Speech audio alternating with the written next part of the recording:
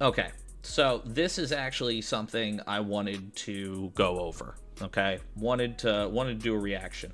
I don't want to do this reaction for me. I want to do it for you guys because we have all lived different experiences in life that we should share with others if it gives them clarity, right? I saw the thumbnail for this video and it bothered me quite a bit. Okay, for those of you who don't know, I am a convicted felon. I have been to prison before. I have been to prison in the state of Texas. I served my sentence. I got out. I finished my parole, and I started building an actual professional resume. Started taking my life seriously. Have had a fantastic career since, and I really like to believe I've turned my life around. Right, but not everyone's had the chance to go to a prison. Not everyone knows what those environments are like. So I saw this video. You can tell it sounds like it's pretty liberally biased. But it says, like, living in a dark room inside overcrowded ICE detention centers. Okay. So, as somebody who has had comparable experiences in a detention center, I'd like to check this out. As President Trump makes good on his promise to arrest and deport undocumented immigrants in this country now, the administration is looking to find more space for those detained. Trump's border czar recently telling NBC News 100,000 more beds are needed. Investigative reporter Tracy Wilkins and the News 4i team are looking at the challenges of where to keep those in custody. Tracy? Well, a mass deportation starts with detention. ICE has more than 100 facilities around the U.S. Many of them are privately run. There's more than 43,000 immigrants currently in ICE custody, according to TRACK, a nonpartisan data research organization at Syracuse University. That number has increased over the last month. And with President Trump pushing for even more arrests, the question is where to put them. Tonight, we hear from experts and those who have been on the inside about what it's like to be caught up in this system. This is someone being processed here. Yeah.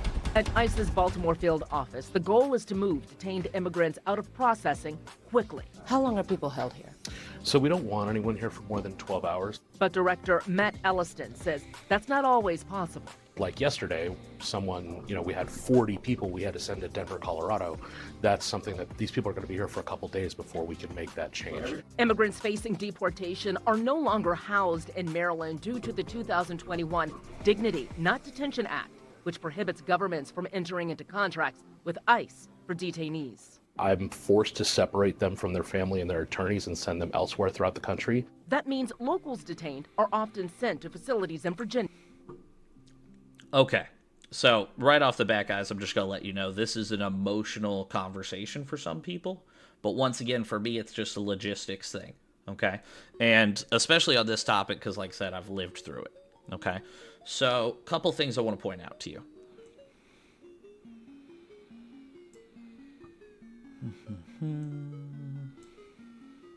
Okay. So this room here, okay, is like a holding tank, okay? Whether or not you get, arrested for pretty much any crime, the first thing they do is they throw you in a holding tank, okay? I live in Houston, Texas. Harris County, one of the biggest counties population-wise in America, okay? I have gone into that jail. Typically in that jail, if you are arrested for a traffic ticket, a DUI, if you're arrested for anything, if you're brought into Harris County Jail, it is a fortress. It is huge. It is overcrowded to the point where they are just letting people out, right?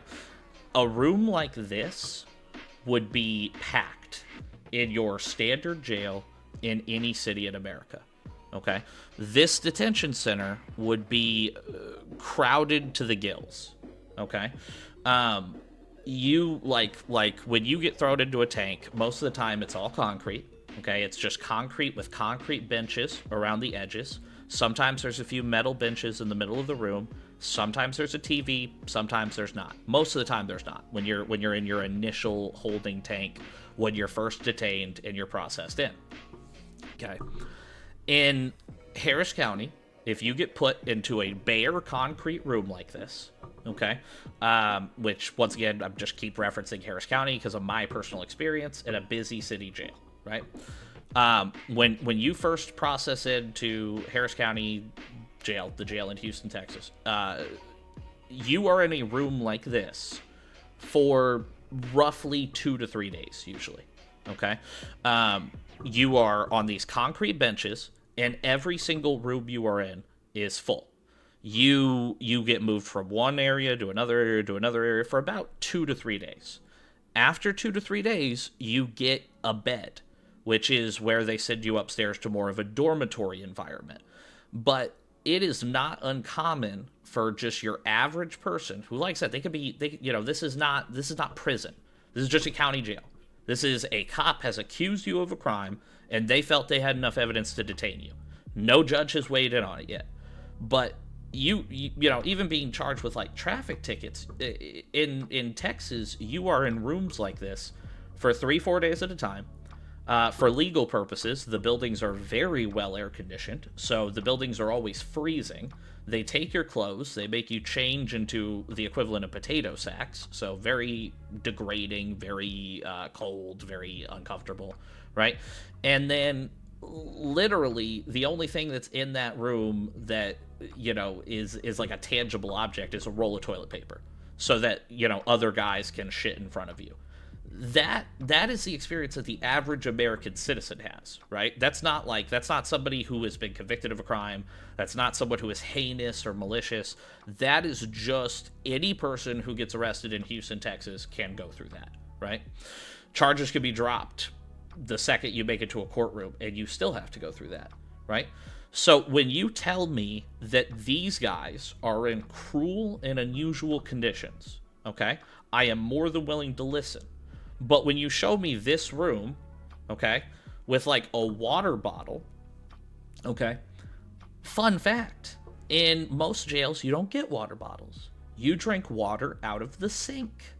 Where is the sink, you might ask? Oh, don't worry, it's on the back of the dirty public toilet that everyone is using, and maybe there's a bar of soap floating around the room. So that's where your water comes from. So the fact that this guy has a bottle of water, the fact that he is in his everyday clothes, the fact that this is not elbow to elbow crowded, right?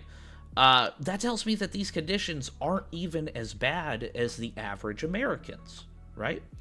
And then let's get to the other thing that this guy was talking about, right?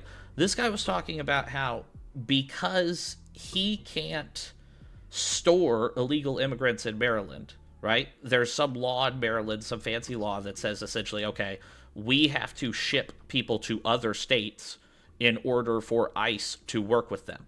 And it's funny because if you that guy's quote on it was, I rip these people away from their families, from their lawyers. And think about that. Think about if you live in Maryland and you know someone or you have a relative who you're trying to help out who's dealing with ICE. Wouldn't you rather they be housed close to you? But no, instead Maryland is shipping them out to different states so that anyone who lives in Maryland, who might want to come see them or help them or be there for them, they all of a sudden have to drive across state lines. So it's like, not only does that law not keep them safe from ICE, but that law inconveniences the families and the loved ones of those. So I thought that was really interesting, because if you listen to that law, you might think, oh, okay, well, they banned ICE. That's a good thing if you're an illegal immigrant. But then you look at the way it affects their family, and it's like, well, now they're still going with ICE, but now they're going in a different state that they're unfamiliar with. So I'm sure that's one of a million other things they're dealing with. So that's a dumb law. And I, as a former convict, I really heavily disagree with them saying that these are like terrible conditions. I think they're just trying to manipulate you guys emotionally. And here's the thing. I don't wish jail on anybody for any reason. It sucks. You feel your life being drained away from you. You feel your potential being wasted. You feel yourself rotting away. And the worst part about jail, you feel the rest of the world move on without you. So jail is an awful, violent, gross place to begin with, right? I don't want jail on anyone. but they're trying to make it seem like these conditions are unusual or harsh. And it's like, I'm not saying that they're not bad, but I am saying they're not nearly as bad as a jail near you, right? So if you want to feel emotional, if you want to take that to heart and have empathy, I just ask that you try to have empathy for actual people in legal situations in your area. Because, I think, one, we should all try to show each other some love and empathy. But two, I just think, I don't think you should let your empathy be manipulated out of you. And this is clearly manipulative, in my opinion, so far. But we're going to keep watching.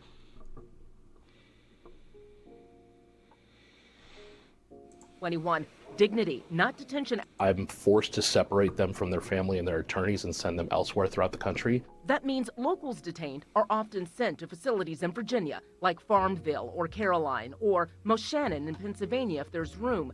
But experts and immigration attorneys say those spots are nearing or at capacity. The I-Team is still waiting for total numbers from ICE. It is supposed to be civil detention, but if you ever go to an ICE detention center, it is a jail. It looks like a jail. Michael Lucan's team spends a lot of time inside local detention centers. He's with Amica Center for Immigrant Rights, helping those in custody understand their rights. The living conditions are pretty rough. The food is not great. There's no privacy. There's very little contact with the outside world. It's overcrowded. He says what's supposed to be a civil detention can often feel more criminal to his clients. They gave me a yellow jumpsuit and they asked me to wear a yellow jumpsuit. And to be honest, that's where my brain just shut off. Abdulaziz Musa Jibril, who is now a legal resident. Once again, the prison jail jumpsuits, they're all pretty close to the same, right? They're all made of terrible material, just cheap, durable, it's like wearing a burlap sack, right? Long term, I do think that was one of the worst things about being incarcerated was like you don't have an outfit. Your clothes are handed to you like you're a child. And every day, like there was this one facility I was at where I was wearing like a sleeveless one-piece jumper every day. Just a plain white jumper made of like burlap, and just having to like going from like actual clothes, right, that you pick out, that you like, that you're comfortable in, and just having these minor details, like your facial hair, your haircut, your clothing, logistically, I understand the need for a uniform for prisoners, right? But it's almost as if it was designed to be as degrading as possible. So when this guy talks about, having to put on a yellow jumpsuit, I do actually relate. I relate because it when you switch from your actual clothes to that jumpsuit, you feel a piece of your humanity kind of fade. But it's one of those things where if like I said, if you get arrested in any American city on traffic tickets, if you get detained for any amount of time over like 24 hours, you're changing into a jumpsuit. It just is what it is. That's just the outfit. So once again, I do, from my personal experiences, I heavily empathize with this guy. But at the same time, it's, once again, these are situations that even the nicest country club jails require, So I don't know. It's hard for me to get too worked up about that when it is like it's like a first day thing, right? I don't know. Let's keep going. Spent close to 5 months inside Farmville Detention Center after being detained at Dulles International Airport back in 2019. He says he was seeking asylum from his home country of Djibouti, Africa, where he worked as an attorney, judge, and legal advisor. How would you describe staying in Farmville? It was hard. psychologically, it was like someone who's living in a dark room. Farmville is one of the largest detention centers in our area, built to hold more than 700 people. ICE started housing detained immigrants there in 2010. It was one of 4 facilities a group of U.S. senators called to be shut down last year due to, quote, well-documented horrific conditions. The I-Team found a 2024 complaint filed by the National Immigration Project against Farmville involving allegations of use of force by guards, lack of access to sinks and toiletries, and overcrowding. The Department of Homeland Security's Office for Civil Rights and Civil Liberties inspected and ended up making 33 recommendations. ICE agreed with 21 of them. However, when you search for that memo detailing those civil rights concerns on DHS's site, it doesn't come up now. DHS telling us those reports are currently unavailable for a compliance review from the president's executive orders. The I-Team also found this inspection of Farmville from December, part of an ICE compliance inspection, which noted multiple violations, including incomplete mental health evaluations, irregular welfare checks for detainees on suicide watch, and lack of reporting for... Okay, so let's unpack what the news is trying to tell us here, right? So essentially, last year, about 3 months ago in December, they did a report on a detention facility. So like one facility where ICE houses people, okay? And this is all the stuff that they're saying should be in an ICE detention facility. Mental health evaluations, okay? Well, here's the thing. America spoke. With the recent election, they spoke. For the most part, the popular majority of Americans want illegal immigrants out of the country right now. That is their current opinion. That's we did a vibe check. That's how it came out, right? We want to take them. We don't want to harm them. We don't want to make them disappear. We want to just take them back to their original country and drop them off. Most Americans, and this is, you know, I'm going to say this, someone might end up clipping me later and saying, like, what a jerk I am.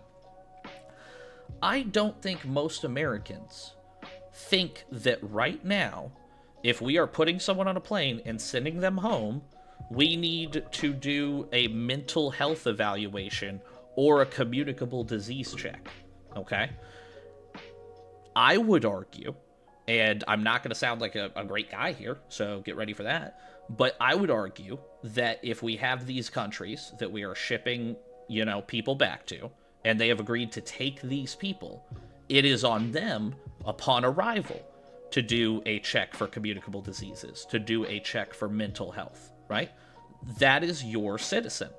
If we are incarcerating you for a crime that we're not even going to prosecute you for, like I said, you know, no possible long-term sentence, we just want to get you home, I think most Americans would argue that like, that's not our job. Like a mental, here, my big old head is blocking it on the screen, but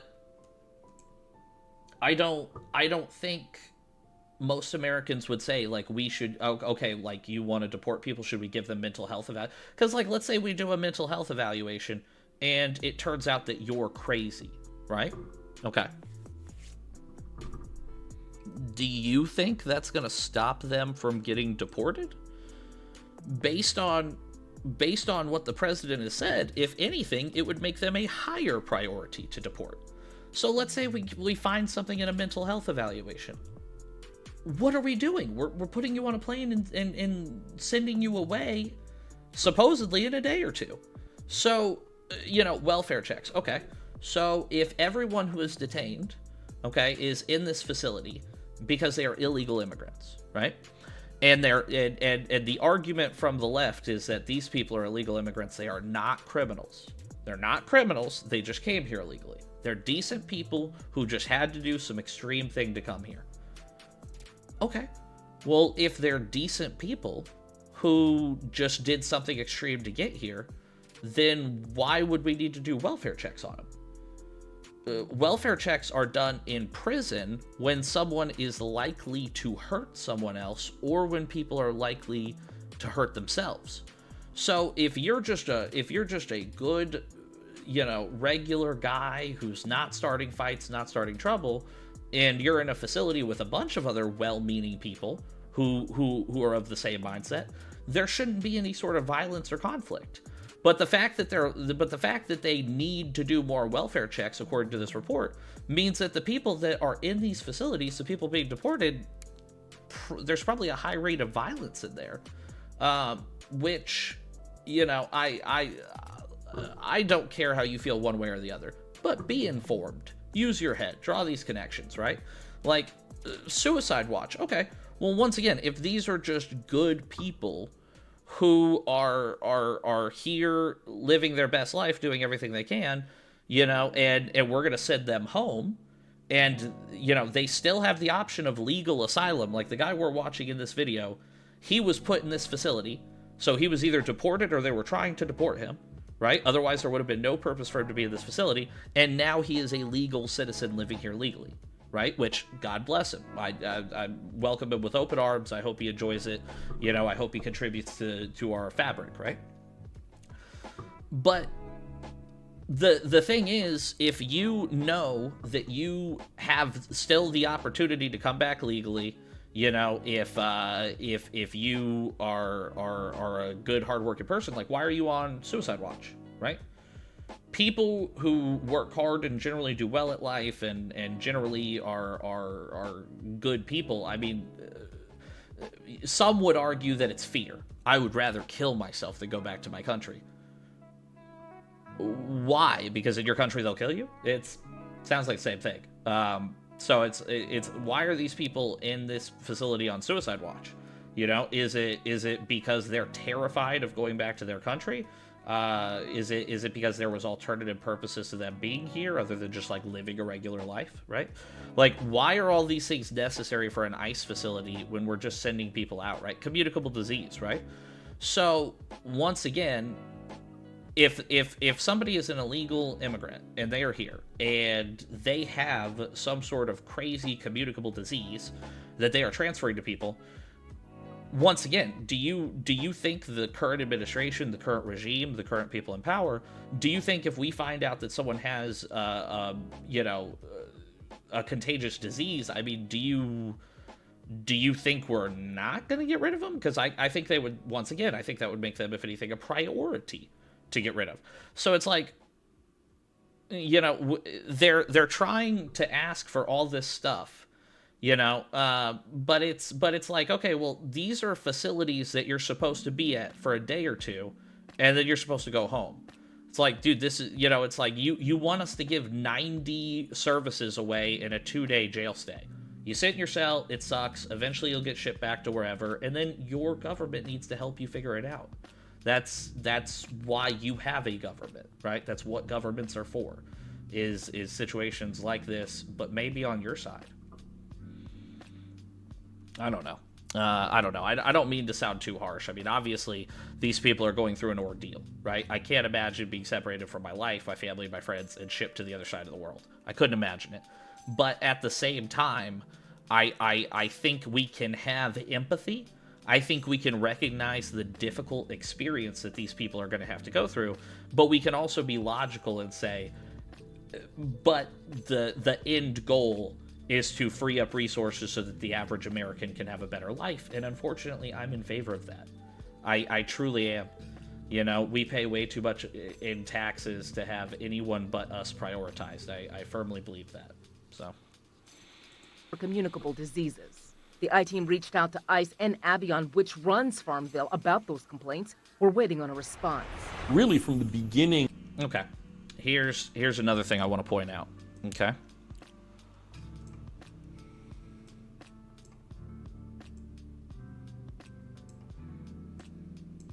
Can I find the scene? Okay, here we go. This is much better than any jail cell I've ever been in, right? And I'm going to tell you why. It's because of the books, right? When you are incarcerated, okay, whether it is at like a county jail or in a prison, there's not much to do. You got usually a TV with 2 channels. Neither of them are good. Occasionally there's some sports on. You can read a book. You can chat with people. You can play like dominoes, cards, stuff like that. You can work out. There's like 6, 7 things to do. And one of the big ones is obviously books. If you are in a jail environment and you are worried, no one will mess with you. Well, for the most part, I mean, if you're in a really nasty prison situation, this might not be true. But for the most part, in like county jails, and I would say some of the short-term prison units, people who are going to get out in like 2 years, 5 years, if you just stay at your bunk and read a book, people don't bother you, But, we have so much technology these days. There's so much to stream. I got more reading done locked up than I probably have my whole life not locked up, right? So the fact that there is a empty cell that is literally full of books, this is already a world better than the average individual's incarceration experience, right? So I'm not saying that throwing a bunch of books in a concrete hole makes it not a concrete hole, but I'm just saying if you're sitting around a building like this for 2 days and you have a book that you like, it's going to be a much better experience than if you were just sitting in an empty concrete room. An insane difference. On a response. Really, from the beginning of the existence of federal immigration policy, detention has been something that's required. Mark Kokorian, executive director of the Center of Immigration Studies, a conservative think tank, says being able to hold undocumented migrants is more necessary now. Because of mass illegal immigration, which really wasn't possible before transportation and communications became so cheap and easy, the scale of detention was not large, but it has become so inevitably because of changes in technology. And with President Trump pushing for even more arrests, the strain continues. We have very limited detention space here on the East Coast. We are all sharing the same detention resources. Overcrowding, coupled with alleged poor conditions, leads to some detainees. Okay, I'm going to say it. You can argue the severity of these people's experience. That is, you can argue that successfully, right? To some people, like, if you took somebody like Elon Musk or Bill Gates or someone with just a really great, fantastic life, and you stuck them in a concrete room for 3 days, yes, it would probably be a terrible experience. It would be the worst. It would be the worst thing ever. But this is by no means the worst experience I could imagine. But you could argue it, right? You could say that this is like a super serious, terrible thing that these guys were stuck in this building for a few days. Fine. I'll accept that argument. But from every shot that I've seen, and someone please let me know if I'm wrong, every shot I've seen has been like empty rooms or like 1 or 2 people in a room together. Like I haven't seen a single photo of a crowded detention center. I'm like I said, we can argue the severity, but based on the footage they are showing, I don't think we can argue that this does not look like a crowded facility. Once again,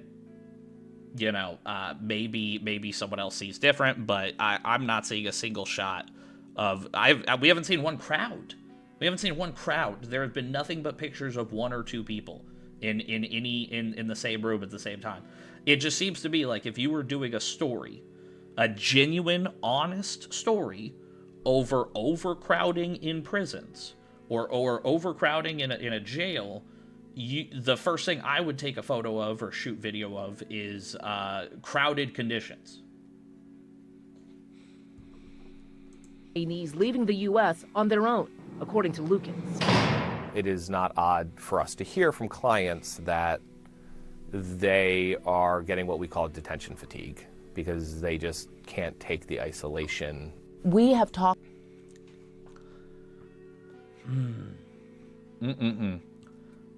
I like what that guy just did, okay?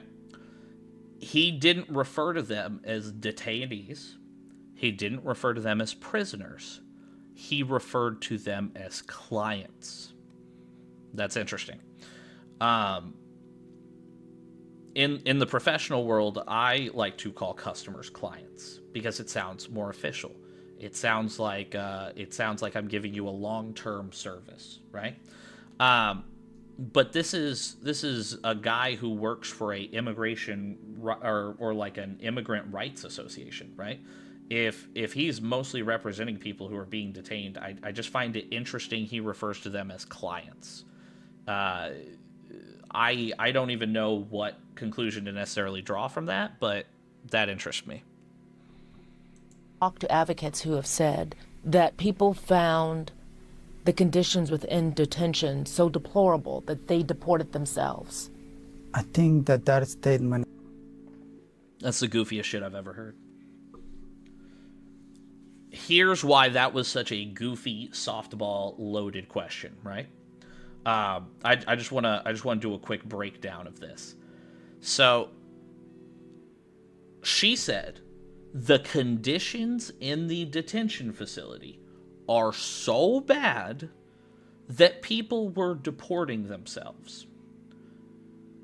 Keep in mind, the majority of the people who have come to the U.S. are coming from places where you can get killed on any given day, like cartel-run Mexico, gang-run South America, I don't know if it's a civil war or what's going on in Haiti, but I know there's a lot of violence there right now. So it's like you have people who are escaping terrible, once again, and this is the argument, at least, right? I don't know if this is reality, but this is the Democratic argument. The Democratic argument is that these people are asylum seekers. They're coming from horrible, deplorable conditions, right? And that's why it's only humane that we let them stay here. Okay, that's the argument. Well, if that's true, and where they came from is so horrible that they're risking life or limb by even being there, your thought is that someone would rather go back and risk death than sit in a basic concrete room for 3-4 days. That doesn't add up. The math doesn't math. You know what I mean? If I told you were going to get shot by an actual bullet, or you were going to be incarcerated for 4 days, you're obviously going to choose the incarceration, right? Like I said, the Democratic argument falls apart if you think about it for even a second compared to that question, right? The conditions were so bad they were deporting themselves. It's a detention facility for people here illegally. If anything, that's probably what we want. We probably want it less comfortable. You know, we don't want you to think about the things that you're about to do without. You know, we want you to understand that, like, there's consequences to the actions. That's like why everything is moving this way right now. It's crazy. Is correct. The Trump administration started using Guantanamo Bay Naval Station last month to hold immigrants who've been through court proceedings and are awaiting flights back to their home countries. President Trump has said he wants to expand detention there to hold 30,000 people. But that is an expensive plan, and it is also facing some legal challenges. Meanwhile, okay, the video is almost over, so I'm gonna be done ranting about this here in a moment or two. But I just wanna point out that statement, right?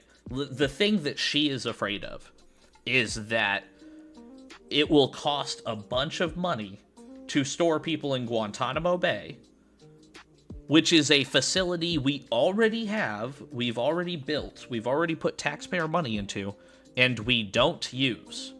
So she's like, yeah, you know that unused building that we already paid for? It would cost so much to use it. It's, once again, listen, if you want to pick at the morality of this, that's fine. You can, I'll entertain any conversation about morality here.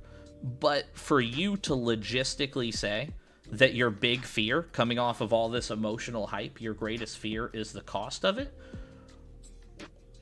Okay, well, I'm afraid of us having a bunch of military installations that just sit around unused. Why do we do that? We have these big land assets. Why would we not use them, right? And then I'm also afraid of the amount of money that is going to these people along the way. Like I said, there's this whole emotional manipulative piece is all about how like these people are being treated so bad on their way out, and it's like, well, like I said, like they want mental health services for people on their way out of the country. We don't have mental health services for the people legally in this country. They want people on suicide watch. Okay, we have people who are just natural born citizens who die of suicide all the time. It's so crazy because the argument is how great these people are and how much they enrich our fabric and how, we need to let them here because of how great they are. But then it's like, the second that traction goes the other way, all of a sudden the argument is like, we have to take care of them. We have to plan for their violence. We have to give them health care. We have to do this and that and the other. And it's like, is there no end? Can we not just say that, like, hey, listen, these people are here illegally. We're sending them off. It's going to suck for those guys for a few months. But hopefully they can get back to their home country. They can get employment. They can start rebuilding their life. And I hope they have long, happy lives. I hope that they work to make their countries better. And I hope their countries get better. But, that's, like I said, it's just not something that I think we have the resources to commit at this time. So I think some countries need to step up and help themselves. But this is a goofy argument. I'm going on a tangent of my tangent. While Maryland is saying that that's helping them to empty out some of these detention facilities, they can send them to Guantanamo Bay. They can stay there until they get flights out, and that allows them to put more people into these holding facilities in these areas outside of the state. Wow. All right, Tracy Wilkins. One last interesting point of comparison here for the people who were not as heavy on the news back in the early 2000s, okay? Guantanamo Bay is famous for being a facility where we took the worst people ever and we tortured them. That's what that facility is famous for. We're just now using it for, like, storage. It's essentially like a, it's essentially just a stop on the route at this point. And so it's like, once again, it's crazy to me that there's this emotional outreach of like, hey guys, we might use this facility to house people for a few days versus like, hey guys, we use this facility to torture people in our kind of corrupt war. So I don't know. It's funny if you look at it like that, it's funny because it's like, we were outraged about that 22 years ago, and now it's like, you didn't hold their hand, you didn't make their bed for them. This is an outrage. These conditions are deplorable. Yeah, just to summarize, guys, too long didn't read. The conditions they're in are pretty standard, if not slightly above standard, for any American incarceration. Like, it's relatively good conditions for what the facility is. Okay, like I said, I'm sure it's very easy for news anchors to get up on their soapbox and cry and try to emotionally manipulate you. As someone who has been incarcerated, I really felt the need to kind of give like an honest opinion on this. Thanks for indulging me, guys. I appreciate it.